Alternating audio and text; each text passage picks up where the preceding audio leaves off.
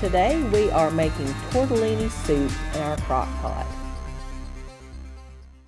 You need 1 package of Italian sausage, sliced and diced.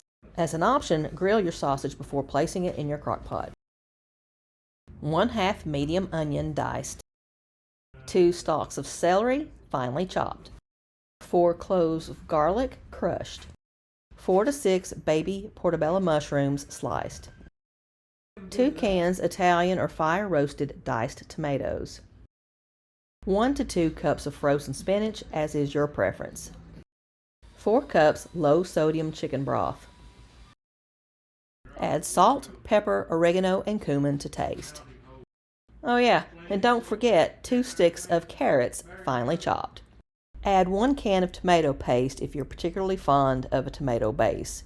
Stir, cover, and cook on high for 4 to 5 hours or on low for 6. 30 minutes before serving, add 1 small package of tortellini and allow to continue to cook.